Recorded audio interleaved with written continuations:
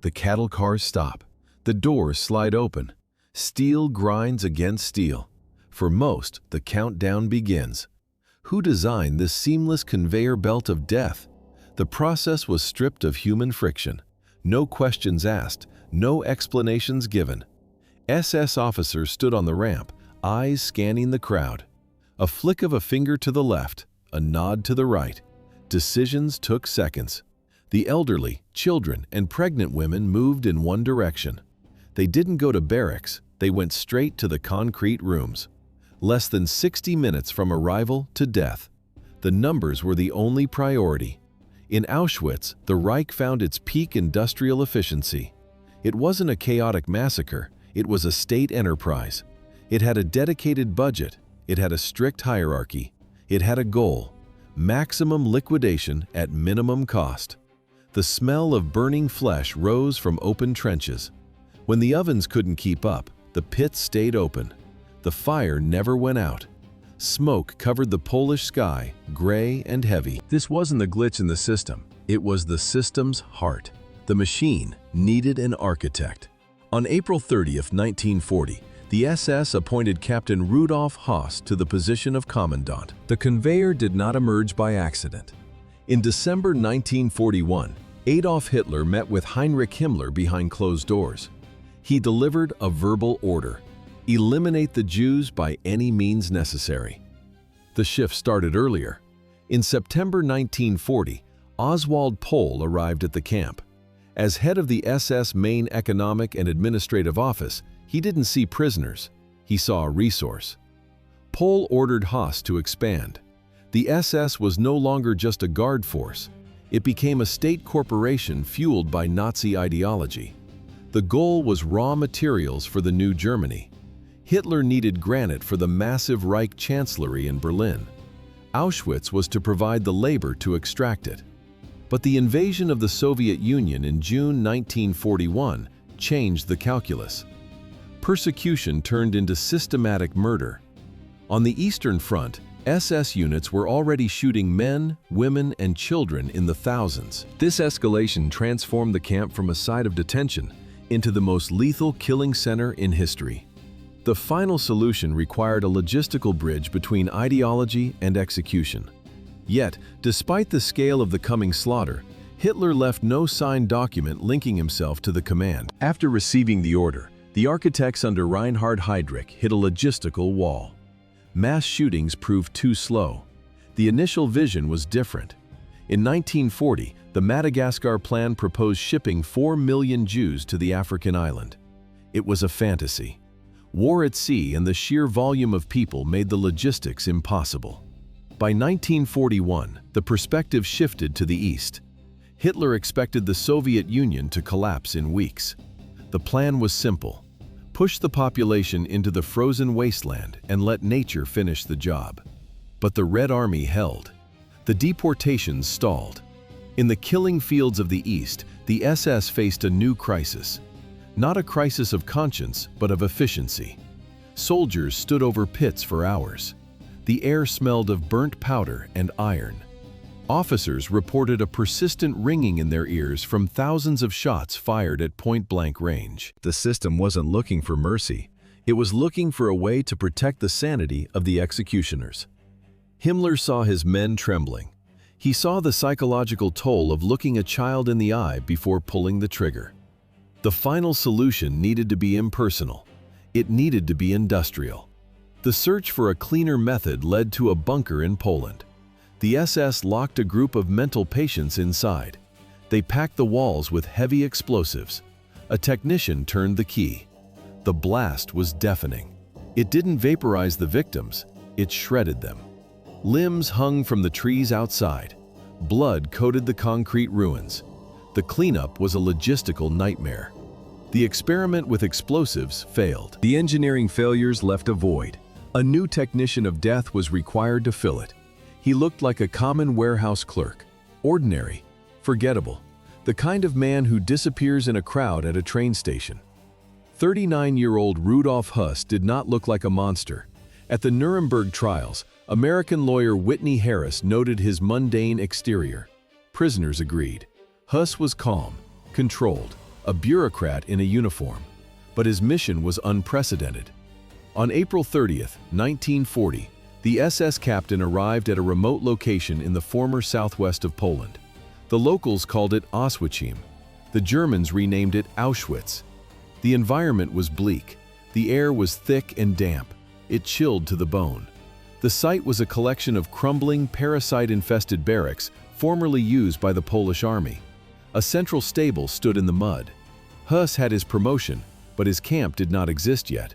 He was a commander of ruins and rot. He stood in the center of the abandoned Polish stables.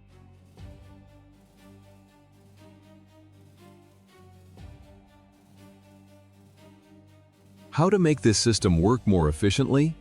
That was the question. Höss arrived in the spring of 1940. He viewed the assignment as a profound honor. Heinrich Himmler had chosen him personally. Originally, Auschwitz was a mere quarantine zone, a temporary filter for Polish prisoners before they're transferred deeper into the Reich. The illusion of a transit camp vanished in days. The site became a permanent cage. Its goal, to terrorize and imprison Poles during a total ethnic restructuring of the nation. Even in this early stage, the statistics were lethal. Auschwitz killed faster than any standard camp in the Reich. Death was the default setting. Of the 20,000 Polish prisoners sent there initially, more than half were dead by the start of 1942. The environment itself functioned as a weapon. Poor sanitation and brutal labor acted as a slow-motion execution. In September of 1940, Oswald Pohl arrived to inspect the site. He ordered the immediate conversion of the camp into a zone of permanent incarceration. Höss brought the machinery of order from the barracks of Dachau. He spent 3 years there, refining a brutal philosophy of management. In this experimental laboratory of the SS, violence was not chaotic. It was a tool of the state. The system relied on psychological erosion. Unlike a standard prison, no one knew their release date. This uncertainty broke the will faster than any strike of a whip. Guards rarely needed to act. They preferred to play with the prisoner's mind. The guards provided the tools for despair. A thick hemp rope would be left in a cell. The officer would calmly demonstrate how to tie a proper hangman's knot. Then he would walk away. Suicide was not just an option, it was a suggestion whispered by the architecture itself. How could a handful of SS men control thousands? The answer was the capo system. Höss mastered this outsourcing of terror. The SS appointed a prisoner to rule over their own block. This capo received power, better rations, and a mandate for cruelty. Their job was simple: meet the work quotas or face the consequences. The capo became the face of the lash. The SS remained in the shadows, saving their resources while the victims tore each other apart. It was a cold, industrial calculation of human nature. The hierarchy was a razor's edge. If an officer felt a capo was softening, the status was stripped instantly. The transition was a death sentence. The officer stripped the capo of his armband in front of the formation. He was shoved back into the crowded barracks as a common prisoner. In the darkness of the first night, the men he had tormented for months moved in silence. They beat the former capo until his ribcage collapsed. Höss watched these mechanics of hate and rose through the ranks. By April of 1936, he became the adjutant to the camp commander. 5 months later, he was promoted to lieutenant and moved to Sachsenhausen. He was no longer a guard. He was an architect of mass incarceration. The former capo died on the concrete floor before dawn. A pesticide becomes a weapon of mass extermination. During the summer of 1941, Rudolf Höss searched for a technical solution. He watched the disinfection crews. They used Zyklon B to clear barracks of lice. The logic of a killer was simple. If the blue crystals could kill insects, they could eliminate people. The breakthrough happened in the basement of Block 11. SS guards sealed the windows with thick layers of earth. They reinforced the doors. Guards climbed to the roof. From above, they poured the crystals into the ventilation shafts. A metallic rattle echoed as the blue pellets hit the concrete floor. Then, the screaming began. Inside the airtight cellar, the chemical reaction turned the pellets into lethal gas. It worked. The first experiment proved that mass murder could be a standardized industrial process. Logistics were never an issue. The chemical giant IG Farben was building a massive plant only 5 kilometers away. The factory produced synthetic rubber and fuel, but its byproduct was death. Höss had a direct line to an endless supply of gas. He didn't need a complex procurement system. He just needed more space. The basement of Block 11 was too small for the coming scale. By the end of 1941, the SS looked toward the horizon. 3 kilometers away lay a marshy wasteland. The locals called it Brzinka. The Germans renamed it Birkenau. Work details began draining the swamps to build a new field of death. SS Captain Karl Bischoff faced a logistical nightmare. One basement in the main camp was no longer enough. To solve the problem, Bischoff engineered a new complex on the marshlands of Brzinka. He didn't build a prison. He designed a warehouse for human bodies. Where would the Reich find enough people to fill these factories? The answer lay in the east.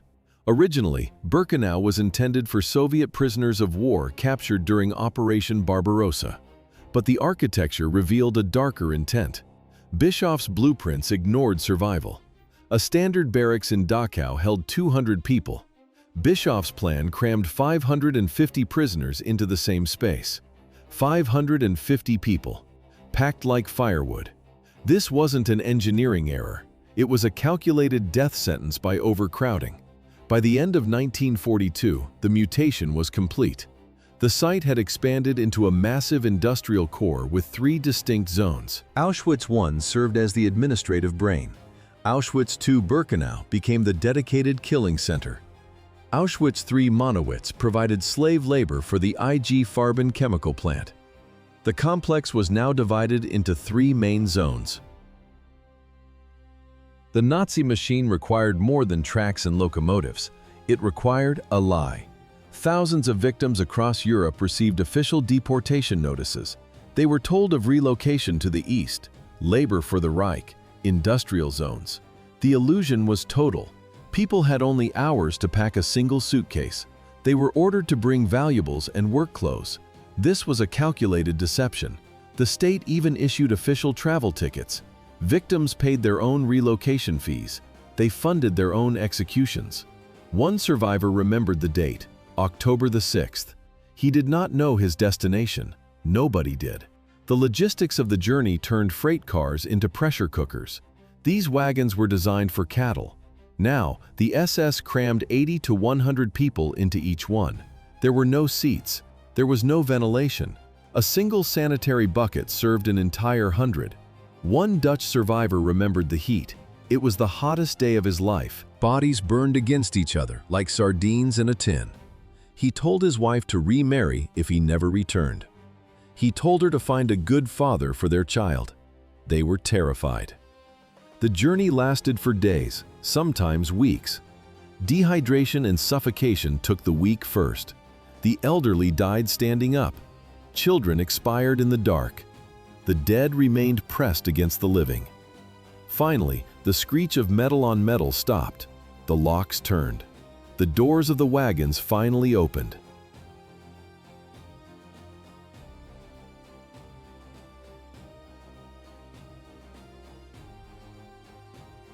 The cattle car doors slammed open. After days in darkness, the light of Auschwitz-Birkenau blinded them. When the transport stopped at the Juden ramp, the victims met Dr. Joseph Mengele. He stood on the platform, calm and immaculate. He held a small baton in his hand. SS guards surrounded the train. Guttural shouts of "Raus! Raus!" tore through the air. The barking of German shepherds drowned out the cries of the disoriented. The SS ordered everyone to leave their belongings on the planks. Men and women were separated into 2 distinct lines. The air smelled of exhaust and fear. Mengele moved with surgical coldness. He did not perform medical exams. He performed a visual audit of human resources. Did the person look strong? Could they haul stones or work the IG Farben factories? A flick of the finger, a slight wave of the hand. Life or death decided in 3 seconds. Those sent to the right became numbers. They received a tattoo and a shovel. Those sent to the left were marked for immediate liquidation. The criteria were mathematical. The SS discarded children under 14 years old. They discarded the elderly. They discarded pregnant women and the disabled. One survivor remembered being told they would see their families every Sunday. It was a lie designed to maintain order on the platform. The selection process stripped away the last remnants of humanity. A husband watched his wife and infant child vanish into the crowd. He would never see them again. The line on the left moved toward the trees. The weak and the young marched toward the gas chambers. For 75% of the arriving Hungarian Jews, Mengele's gesture meant an immediate path to the gas chambers. By 1944, the machine reached its peak. Trains arrived daily. The selection took seconds. No medical exams. Just a glance at a man's hands or a woman's posture. How to kill thousands without a struggle. The SS built an illusion. They used the psychology of exhaustion. After days in a crowded wagon, the victims heard a simple promise: a warm shower. It sounded logical. It sounded human. The architecture reinforced the lie.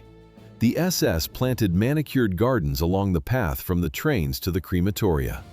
Birch trees formed a green screen. The chimneys stayed hidden. 15-year-old Kitty Hart Moxon watched from her barracks near Crematorium 4. Thousands of people sat in the grass under the trees. They were waiting. They were calm. Loudspeakers told them to remember their hook numbers for their clothes. The air smelled of birch leaves and deceptive peace. Those not sent to the trees faced a different fate. They were herded into processing centers to be stripped of their clothes, their hair, and their names. The SS began the process of total dehumanization for the survivors.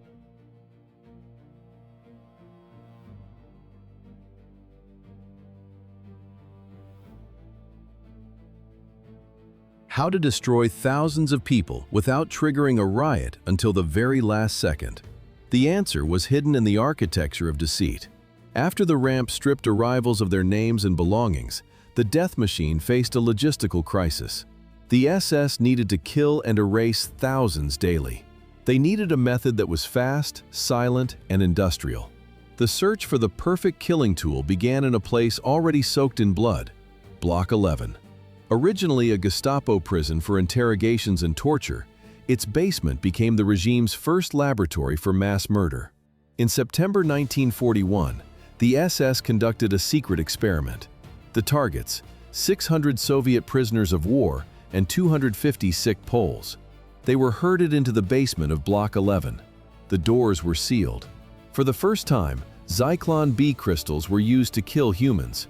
The test was a success. The Nazi leadership demanded more efficiency. The main camp's crematorium was quickly adapted with a small gas chamber. But its capacity was too limited. It was a bottleneck in an accelerating genocide.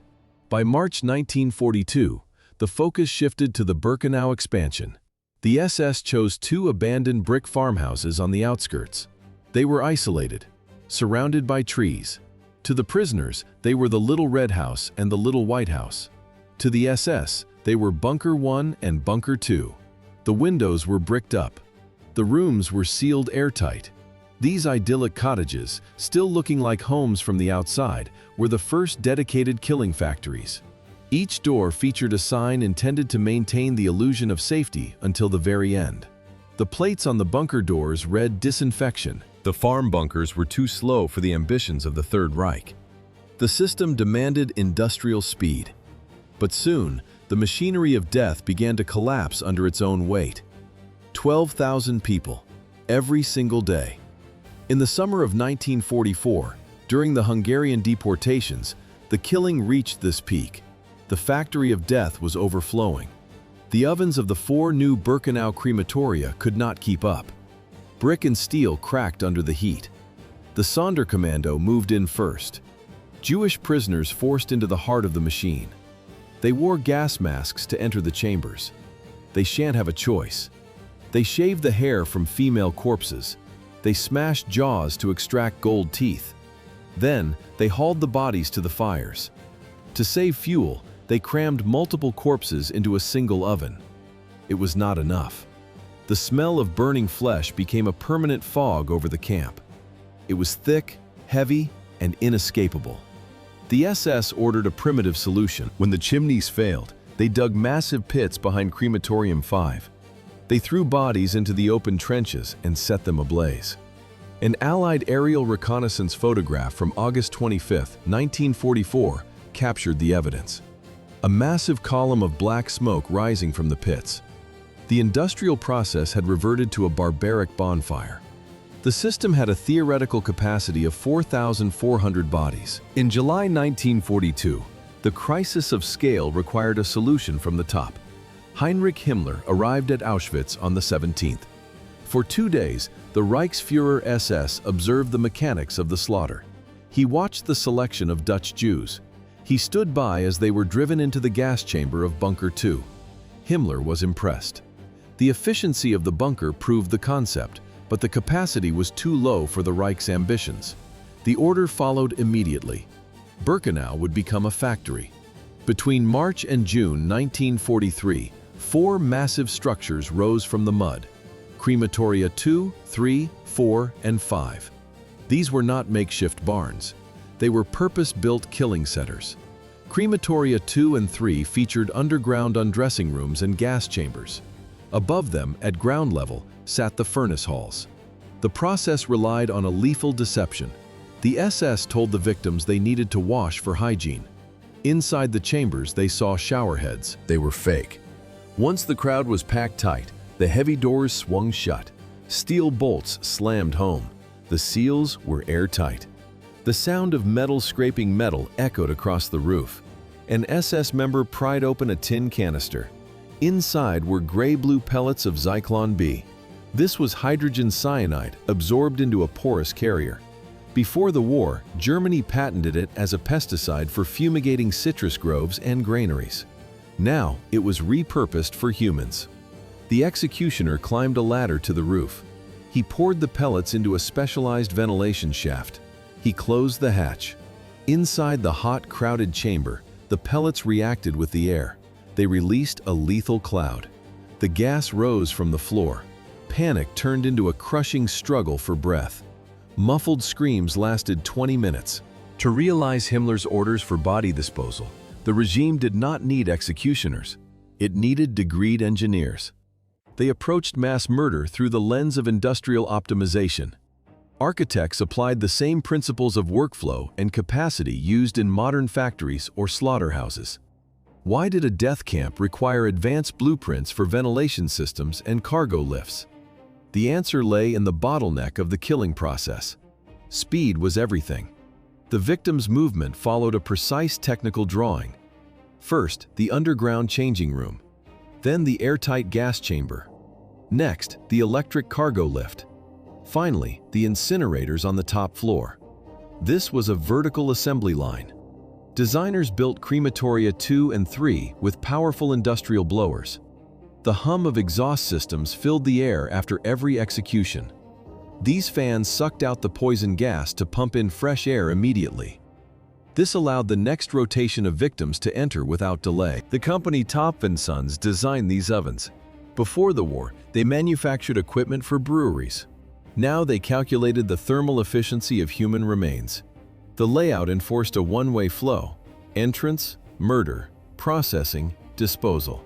It was a sequential circuit designed for maximum output. Auschwitz became a unique industrial entity.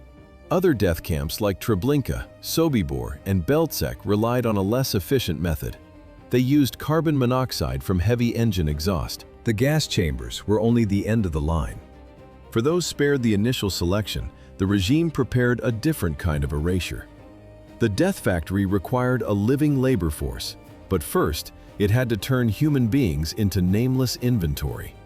The conveyor belt of dehumanization started with a razor. SS guards forced the prisoners into processing centers. Every head was shaved bald. Next came the disinfection. Guards doused the naked, shivering bodies in aggressive chemical solutions. The liquid stung like fire on freshly shorn skin.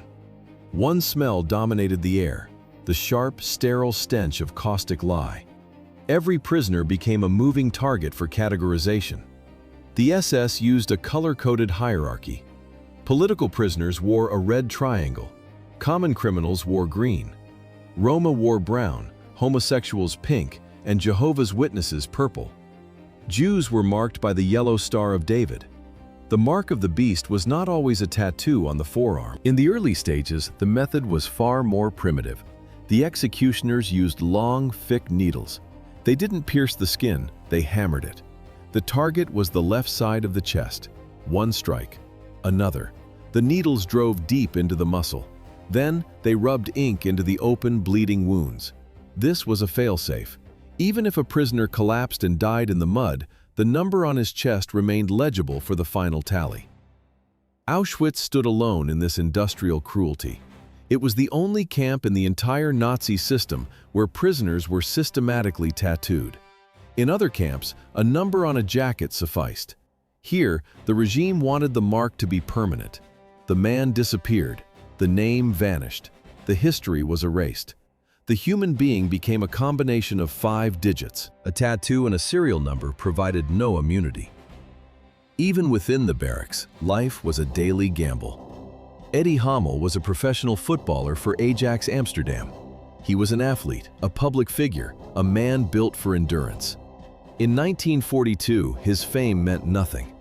The SS officers sat behind 2 wooden tables, pencils ready. Hamel stood in a line of naked men. 100 bodies, stripped of everything but fear. He whispered to a friend, "I have an abscess in my mouth. I don't know what will happen." The line moved toward the tables. To survive, you had to perform. You pulled your shoulders back. You pushed your chest out. You forced a smile to prove you were still useful, still strong, still human enough to work. Weakness was a death sentence. Ajax lost several players and officials in the Holocaust. Hamel's death became a permanent scar on European sports history. The survivor passed the tables and went right.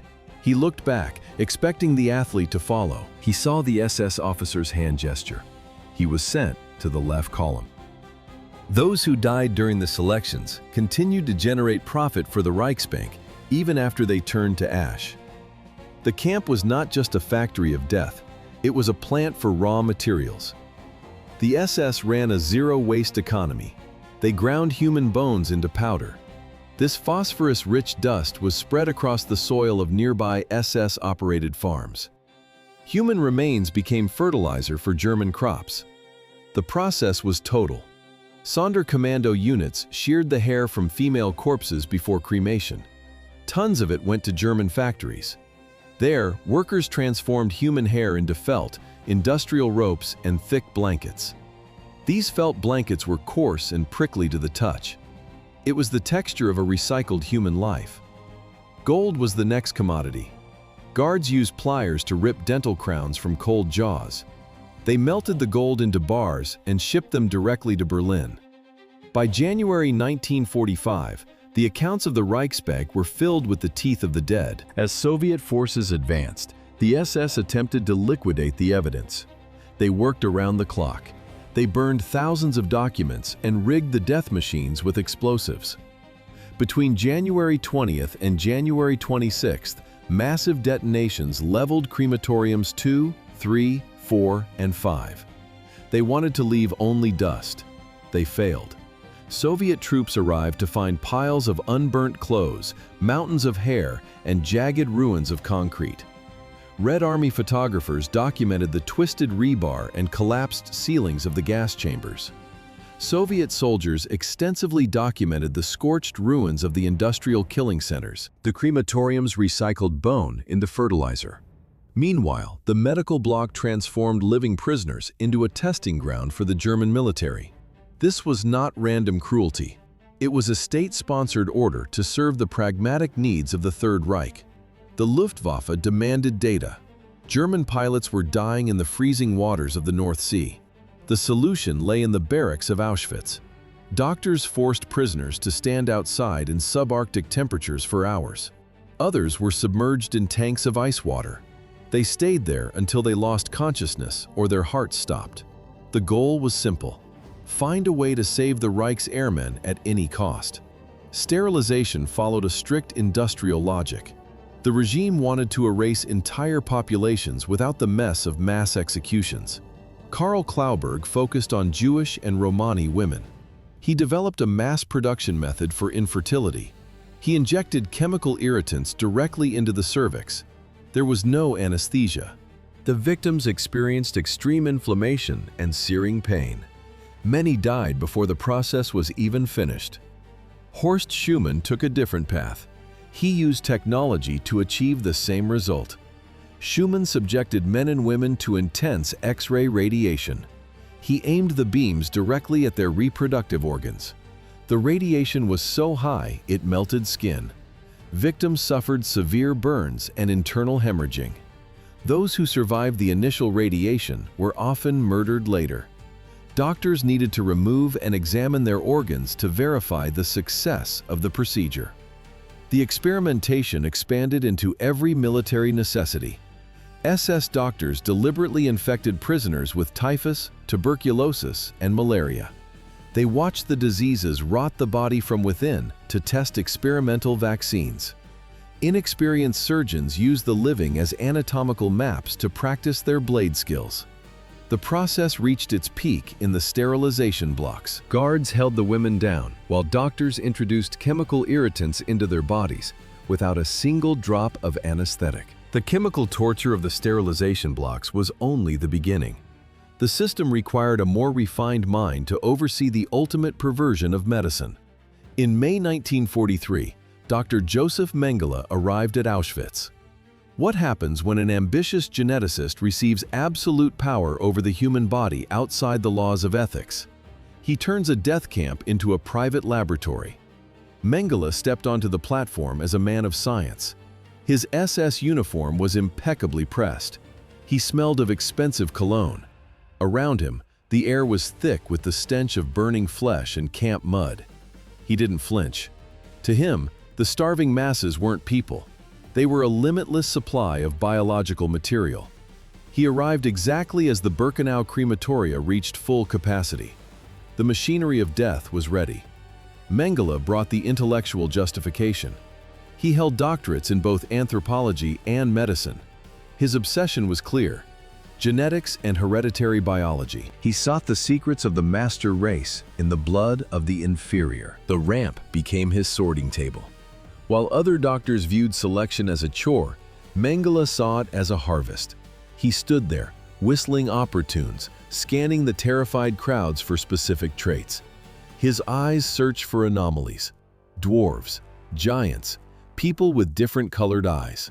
But his primary focus remained fixed on one group. Mengele claimed the exclusive right to personally seize every pair of twins arriving on the transports. He prohibited any other officer or guard from touching the selected children. Mengele's laboratory was not a space for healing. It was a factory of anatomical voyeurism.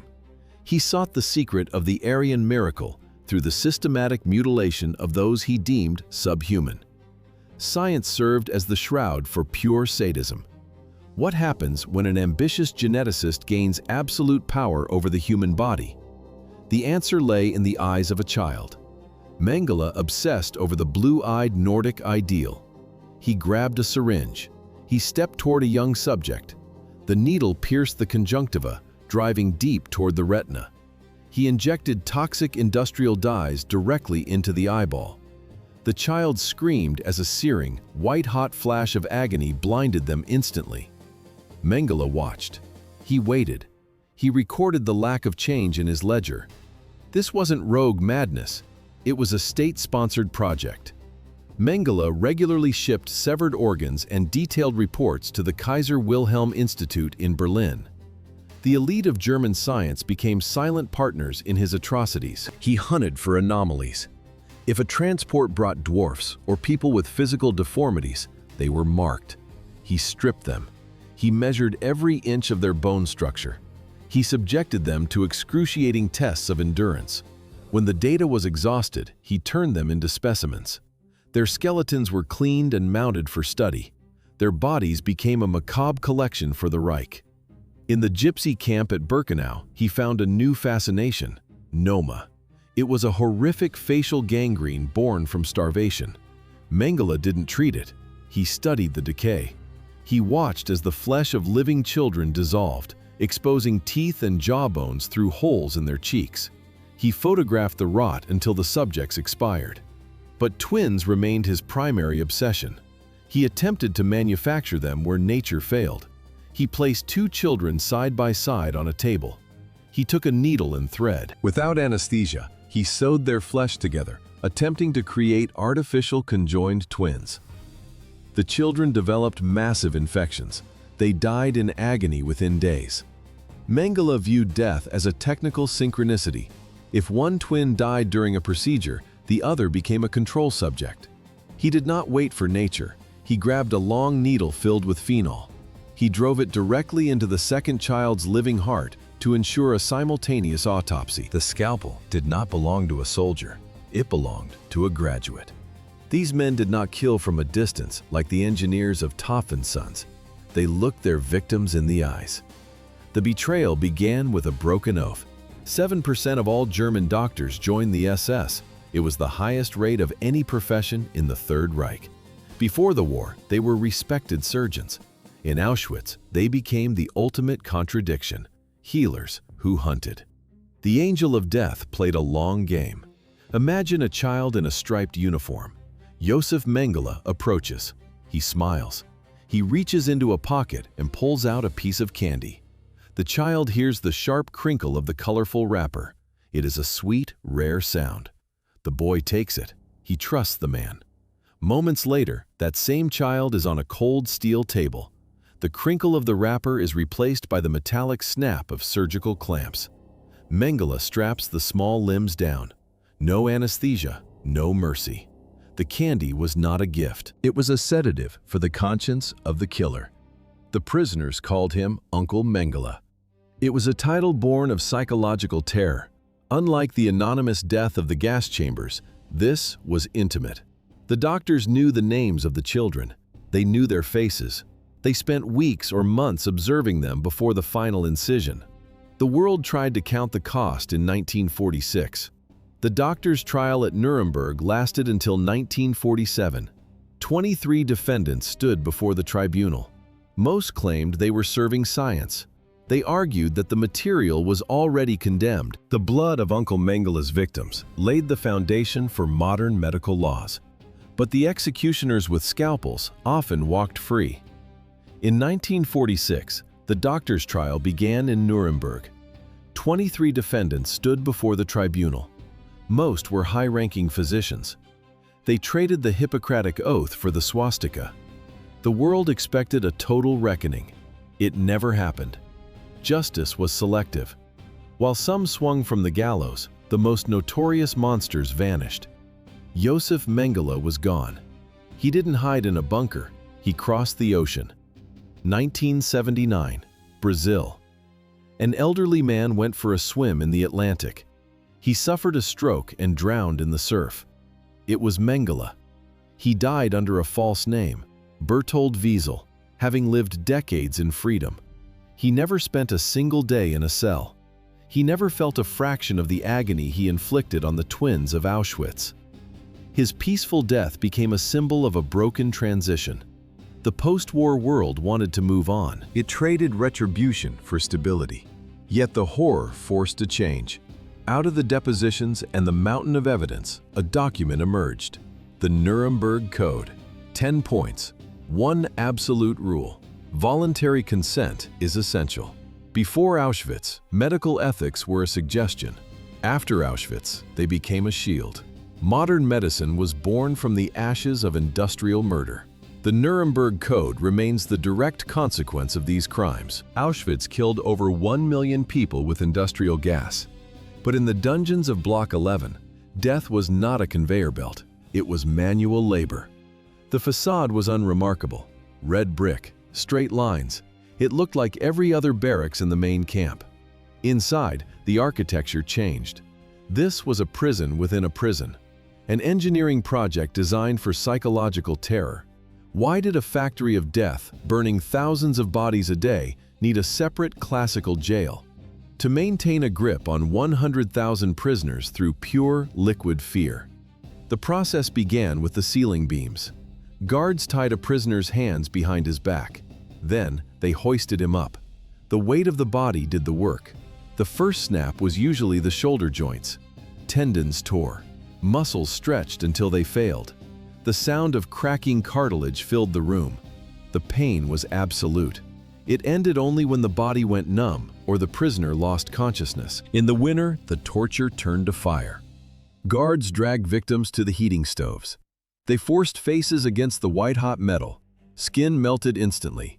Disfigurement was the standard result. Most victims lost their sight after a single interrogation in Block 11. In the basements of Block 11, the engineering of pain reached a lethal minimalism. The SS turned architectural dimensions into weapons. The standing cells occupied exactly 1 square meter. 1 meter. 4 grown men were forced inside through a narrow opening at floor level. They crawled into a concrete vertical coffin. There was no room to sit, no room to lie down, only the sensation of hot, stagnant breath and shoulders pressed hard against damp stone. They stood like this for nights on end. Many emerged with legs so swollen they could no longer walk. How did the camp handle those who resisted? Through the slow geometry of starvation. The hunger bunker was a sealed vault. No bread, no water. Only the sound of the heavy iron door. In August 1941, a Polish priest named Maximilian Kolbe entered this void. He traded his life for a stranger's. For 2 weeks, Kolbe survived on nothing but air and prayer. The SS grew impatient. A doctor ended his 2-week agony with a needle. He injected carbolic acid directly into the priest's vein. Public violence provided the rhythm of the day. A special wooden table sat in the yard. Prisoners leaned over it, their skin stretched tight. A leather whip did the rest. SS regulations officially capped the punishment at 25 lashes. In practice, the limit did not exist. Guards struck until the flesh tore away from the bone. Those who survived the whipping were often too broken to work the next morning. These mangled prisoners were sent straight to the gas chambers. The fate of a prisoner was decided by a single stroke of a pen in a disciplinary ledger. Max Grabner was the absolute master of this concrete hell. Before the war, he was a simple cattle herder. In Auschwitz, as an SS Untersturmführer, he held more power over life and death than Wehrmacht generals on the front lines. Grabner conducted weekly cleansings of the Block 11 bunker. He flipped through the files. He toyed with the ink. How was a prisoner's destiny determined? A number 1 meant the lash or the rack. A number 2 meant the end. The process was a rhythmic, bureaucratic machine. First, the prisoner was marched to the ground floor washrooms. They were ordered to undress. They stood naked on the cold tiles. Then, guards led them through a side door into a secluded courtyard between blocks 10 and 11. The black wall stood there. High brick barriers shielded the yard from the rest of the camp. No witnesses. No hope. The prisoner was pressed against the dark insulation of the wall. An SS executioner stepped forward. He raised a small caliber pistol to the base of the skull. The shot was a muffled, hollow pop. It didn't even draw attention from the nearby barracks. Public gallows served a different purpose: total psychological collapse. The wooden frame stood permanently in the roll call square. Twice a day, every inmate had to look at it. On July 19, 1943, the entire camp was forced to watch a mass execution. 12 Polish prisoners were lined up. Their crime was assisting in escape. The SS didn't use a trapdoor, they used stools. The guards kicked the wood away. There was no sudden drop to snap the neck. The 12 men hung there, kicking, as the nooses tightened. It was a slow, agonizing suffocation on the gallows. If a prisoner escaped Grabner's concrete hell, the system triggered a mechanism of collective revenge. Escape was not an individual act. It was a death sentence for everyone left behind. The logic of the SS was simple. If one man ran, the entire barrack paid. Hundreds of prisoners stood at attention for hours, sometimes days. No food, no water. Scorching heat or freezing rain made no difference. The group became the guards' hostage. fear of your neighbor replaced the fear of the wire. What happened to those who were caught? The SS turned execution into a public theater of agony. They did not just kill, they staged death to break the will of the survivors. Some fugitives were drowned slowly in barrels of water. Others were crucified.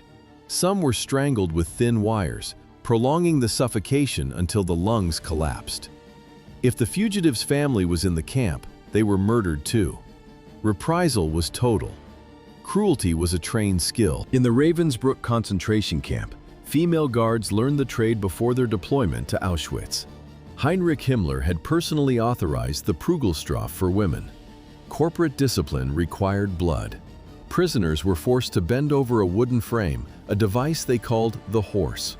Female guards, or other prisoners forced to act as executioners, administered a precise number of lashes. Resistance or rule-breaking led to a specific destination. The SK, the Straf Company. This was the punishment company. Here, the work was the most grueling the camp could offer. Rations were slashed to the bone. The body consumed itself to keep the heart beating. Most women lasted less than 21 days, but even under the shadow of the gallows and the threat of collective execution, the machinery of total control snapped on October 7, 1944. Resistance in Auschwitz was a silent war of millimeters. It required months of calculated, lethal patience. How do you destroy a reinforced concrete fortress from the inside?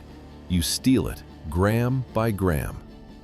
On the grounds of the Union Werke munitions factory, 4 women, Esther Weichblum, Anna Heilmann, Rose Meth, and Ella Gartner, began the harvest. They worked under the constant gaze of the SS. They reached into the machinery and scraped tiny grains of gunpowder into the hems of their dresses. They hid the gray dust in matchboxes and small rags. The air in the factory smelled of cold oil and metal. The smuggled powder smelled of sulfur and desperation. One mistake meant the rack. One search meant the noose. The chain of custody was absolute. The women passed the powder to the underground resistance. The resistance moved it to the members of the Sonderkommando. These were the men forced to work the ovens. They knew their time was up. They were the living dead, witnesses to the industrial slaughter, slated for liquidation every few months to bury the evidence. On October 7, 1944, the fuse was lit.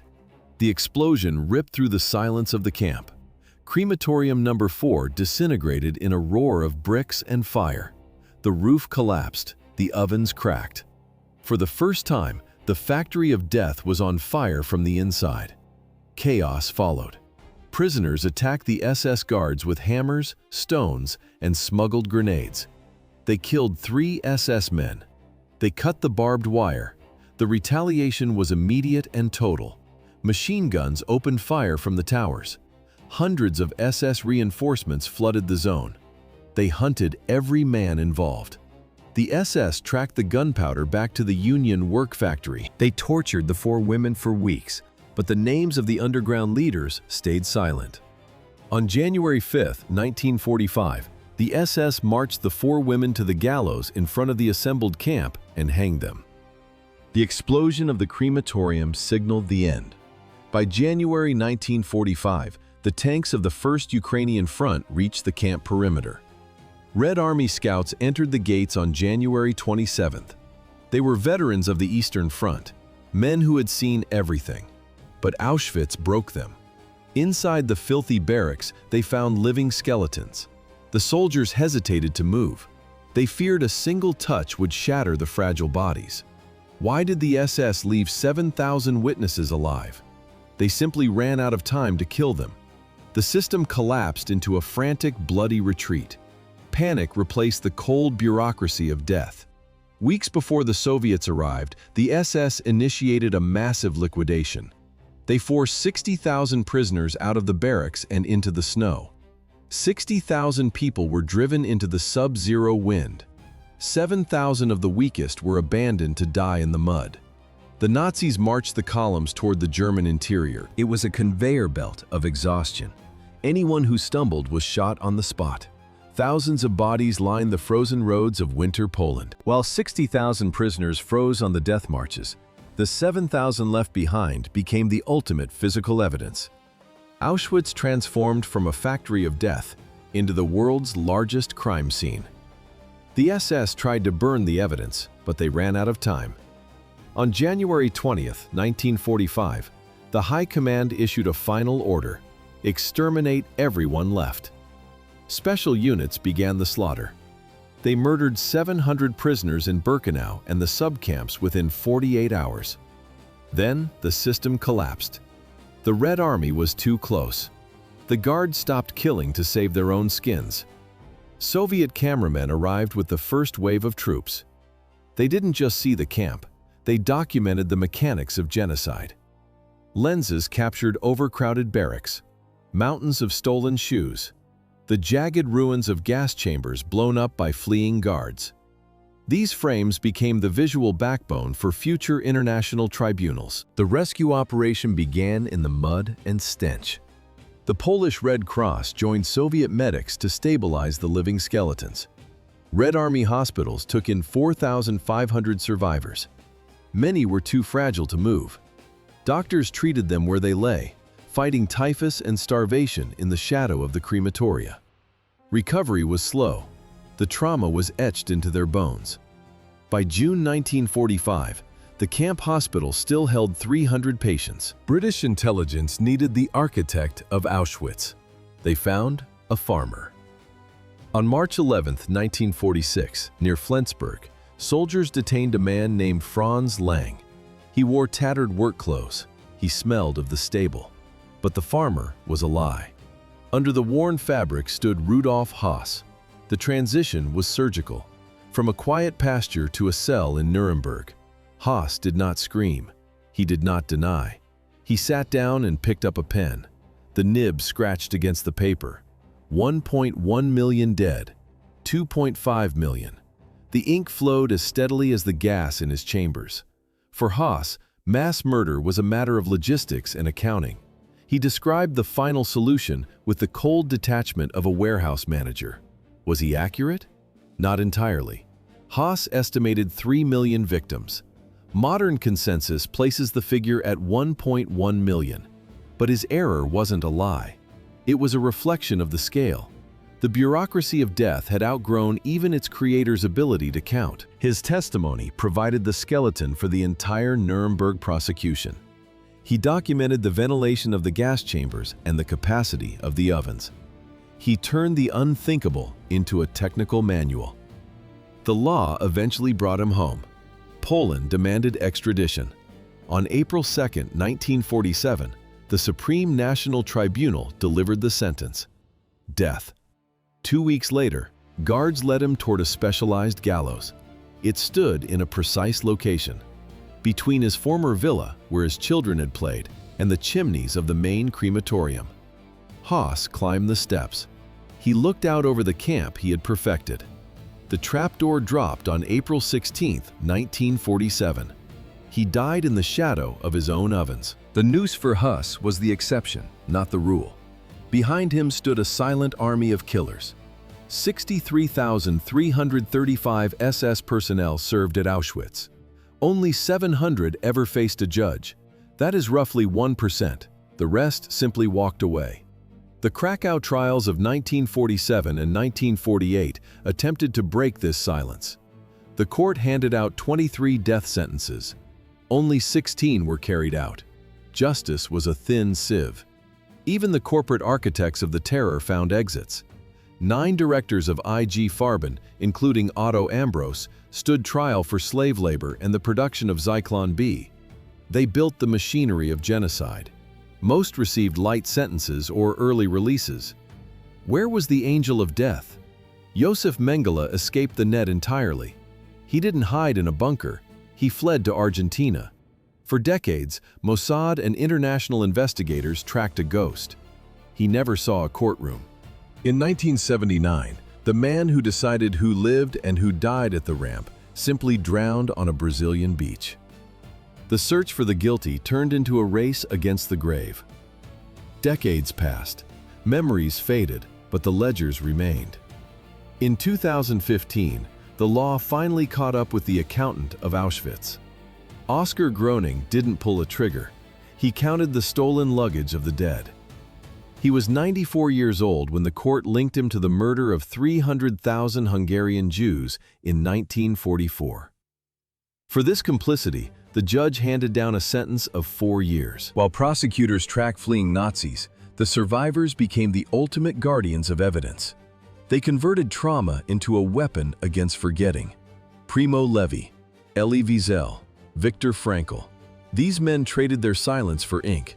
They wrote influential memoirs that exposed the mechanics of the death camp to the entire world. Their bodies bore the evidence. Blue ink numbers on forearms, faded scars from lashes and starvation. These were not just books. They were anatomical reports of the soul under extreme pressure. Memory became a state institution. On July 2, 1947, the Polish parliament turned the site into a museum. Auschwitz I and Birkenau were frozen in time. In 1979, UNESCO declared the complex a World Heritage Site. It ceased to be just a ruin. It became a global warning etched in stone and barbed wire. Since 2005, the calendar has held a specific weight. January 27th, the United Nations and the European Union recognize this as International Holocaust Remembrance Day. Every year, the world stops. It looks at the logistics of genocide. It faces a legacy that refusal to vanish. But the archive is incomplete. Primo Levi once noted a chilling paradox. He believed the true horrors would never be fully known. Those who looked into the eyes of the Gorgon did not return, or they returned mute. The survivors only witnessed a milder version of the abyss. The worst was reserved for those who did not survive. Today, the Auschwitz Museum stands as more than a memorial to 1 million victims. It is a detailed anatomy of a nation's slide into the abyss. Deborah Lipstadt noted a chilling truth. The Holocaust did not begin with gas chambers. It began with words. Was the industrial slaughter an accident of history? No. It was a calculated, multi-stage process. It started with prejudice. Words turned into laws. Laws turned into segregation. Segregation ended in the factory-style liquidation of human beings. The numbers defy comprehension. More than 1 million people murdered, all within a complex that operated for less than 5 years. Civilization is fragile. Vigilance is the only barrier against the return of the state-sponsored hate that built these fences. To forget the dead is to kill them a second time. Auschwitz-Birkenau remained operational for 4 years and 7 months.